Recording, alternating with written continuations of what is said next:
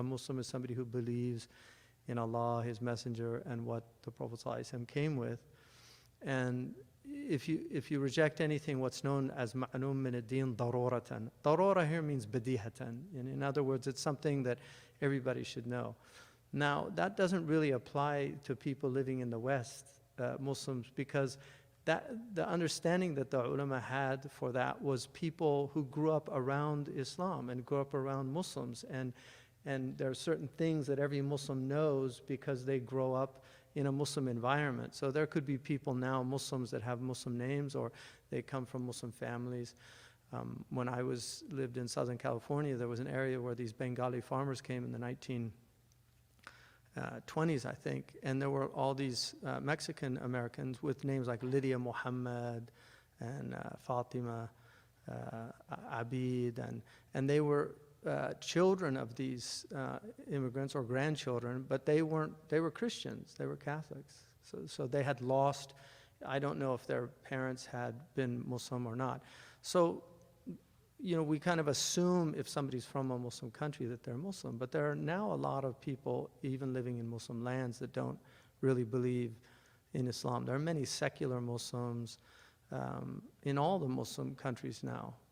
I think the majority of Muslims that live in Muslim countries still do believe in Islam, but there's a lot of confusion. We're living in a time of confusion, and it's very important for people just to not be so trigger happy. There's this kind of desire just to kick people out of Islam very quickly, and people should be careful, because the Prophet ﷺ said that, or was reported to have said, that man kaffara muslim faba'a ahaduhuma bil kufri. Whoever says somebody's a Muslim is not a Muslim, one of them is not a Muslim. In other words, because of your making takfir of a Muslim, that can take you out of Islam. And so it's really important. And then in the Siyar A'lam al-Nubala, which is an extraordinary biographical dictionary of scholars up to Imam al-Dhahabi's time, who was a student of Ibn Taymiyyah, rahimahumullah. But he in his chapter on Abu al-Hasan al-Ash'ari, he mentions that Abu al-Hasan al-Ash'ari said in his latter days, لا نكفر أحدا يستقبل قبلتنا ويأكل ذبيحتنا. إنما هي ألفاظ نختلف في تأويلها أو كما قال, something like that, but that's pretty close. That we don't make takfir of anybody who faces our qibla and eats our dhabiha. These are just semantical points that we're differing on. In other words, a lot of the disagreements about Muslims end up being disagreement over what words mean.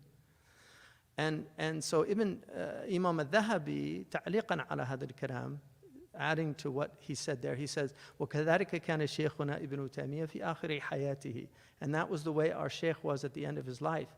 كان يقول لا نكفر من يواظب على الوضوء أو يحافظ على الوضوء. We don't make takfir anybody who's consistent in his wudu, because the Prophet ﷺ said only a believer is consistent in his wudu.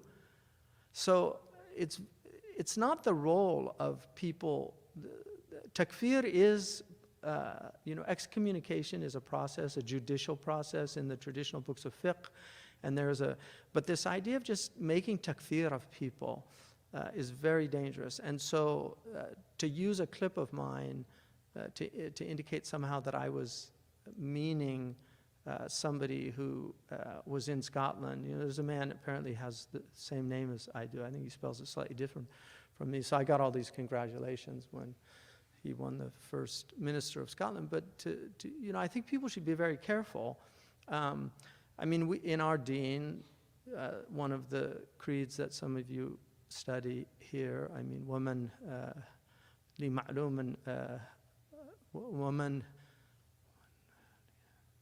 لمعلوم ضرورة جحد من ديننا يقتر كفرا ليس حد ومثل هذا من نفى لمجمعي أو استباحة كالزنا فلتسمعي. That's Imam al-Laqani, been taught for 400 years in Al-Azhar. He says whoever rejects what's ma'lum daruratan badihatan, so if you reject something known by everybody, by all Muslims, like you say prayer is not an obligation or something like that, So he's saying that that is kufr. It's kufr. And so the hukm of ridda goes under that person of apostasy. And then he says, or something like that, if somebody negates mujma' alayh, like something that's mujma' alayh. There's no khilaf about it. So if there was a khilaf, then you have to be very careful. Now, there are many traditions in our tradition. وفي المعاريض لممدوحة عن الكذب.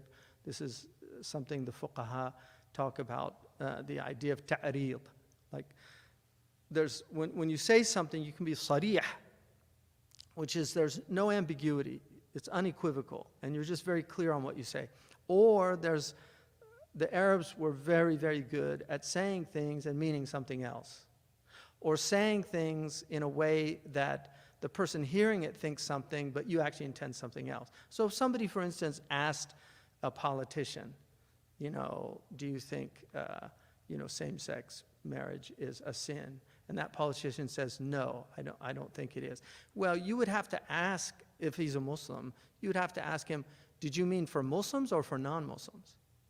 Because there's an opinion, and this is called al-mukhatabun bil-furu', and this is mentioned again in the books of usul. Al-mukhatabun bil-furu', are people outside of Islam, are they responsible for the details of the Sharia or only for the usul of the Sharia? So the majority consider them to be responsible for the whole Sharia, the awamir and the nawahi. But there are many scholars, and some of them, the majority, like for instance, many of the Hanafi scholars, some of the really strong Maliki, it's a strong opinion, it's not the dominant opinion, but it is a strong opinion in the Maliki madhab, that they're not responsible, muttaqan. In other words, for the awamir and nawahi. Some say they're responsible for the prohibitions, but not for the commandments. And their proof is that if a non-Muslim prays, he doesn't get the reward of the prayer. If he fasts, like if a non-Muslim fasts Ramadan, they might get some benefits from the intermittent fasting, health benefits, but it's not rewarded according to our tradition. They're not rewarded for fasting because they didn't. The ones that say that they're responsible, مَا سَرَكُكُمْ فِي سَقَرٍ قَالُوا لَمْ نَكُنْ مِنَ الْمُصَلِّينَ وَلَمْ نَكُنْ نُطْعِمُ الْمِسْكِينَ وَكُنَّا نَخُوضُ مَعَ الْخَائِضِينَ وَكُنَّا نُكَذِّبُ بِيَوْمِ الدِّينِ. So they say, what brought you into hell? And they say, we didn't pray, we didn't pay zakat, and we used to just speak things just inappropriately, and then we rejected the Yawm ad-Din. So that's the proof that they use for being responsible. So this is a khilaf, and it's a valid khilaf. So there is a hadith, the Prophet ﷺ said, "Dunya sijin al-mu'min wa jannatul kafir." The dunya is a prison for the mu'min because he is held to account for the furu' of sharia. So he can't do things, he might even want to do them. Some people might want to drink, but they don't drink because the sharia says you can't drink. But for the person who's outside of the faith of Islam, this is their paradise according to that tradition. And so that's the idea that they're not really responsible for the furu', they're only responsible for the usul, meaning La ilaha illallah Muhammad Rasulullah. Once they accept that, then the furu', the branches of the Sharia become obligatory. So these are distinctions, they're important distinctions. But my advice to the Muslims is to just be very careful about takfir. It's not an easy thing. And then you can also end up being responsible if a Muslim does something crazy and thinks they're doing some kind of good deed, then you could be responsible. You could have, la qadar Allah, you could have blood on your hands for doing that. It's very dangerous to do these things. I mean, we're not qudat. They say a du'at, la qudat. People that are calling to Islam, they're not judges. We're not judges.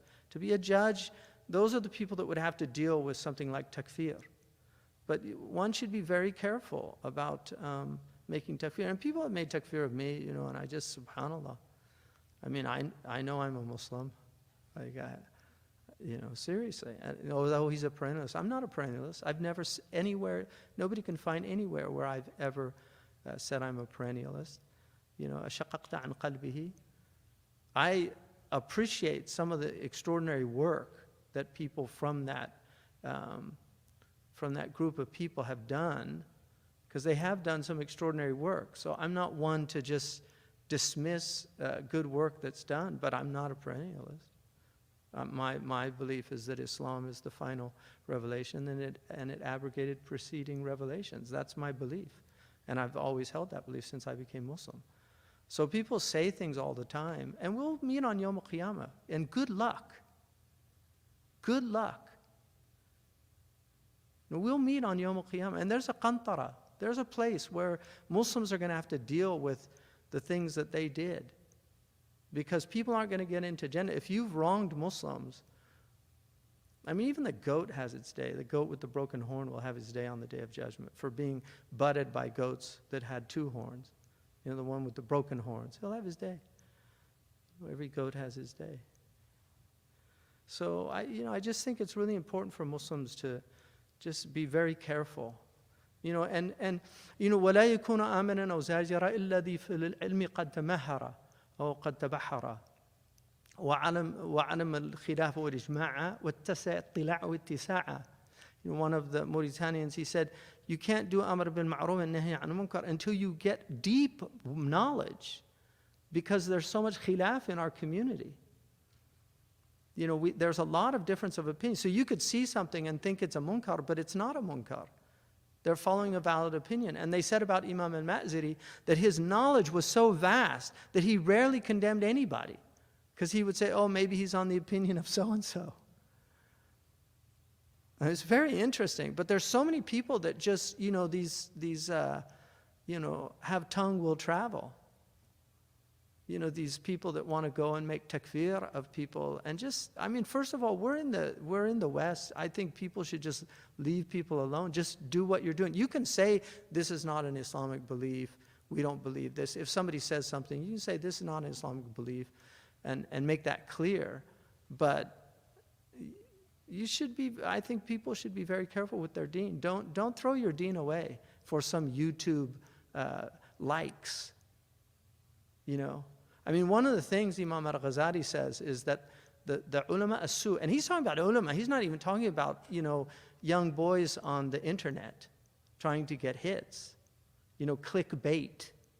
He's not talking about those. He's talking about the ulama as-su. These were actual scholars, but they were bad scholars. And he said their hallmark is that they know that the best way to get followers is to condemn and criticize others. That's in you can look it up. It's in the introduction to the Kitab al-Ilm that I did. It's the whole passage that he says.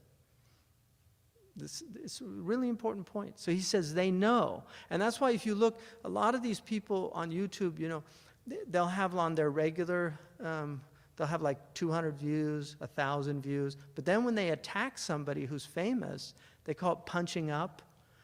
Suddenly it's got 10,000 views or 15,000 views. So they know this is a quick way to get people to go to your channel, because fitna's great. Everybody loves fitna, right? Everybody loves fitna. You see Muslims never doing anything, but then when the fitna comes, oh, they're so active. It's like, because shaitan's prodding them. That's all it is. He's got his prodder out, and he's exciting them. So that's my advice, is just, I don't know that person. I've never spoken to them. I don't know what their beliefs are. I don't know, and I have no reason to doubt somebody's Islam. And then if somebody does say something, we're very clear on that. Homosexuality in our tradition is very clearly considered a sin. It's a sin. But is it a sin for people outside of the faith? That's the debate. There is a difference of opinion.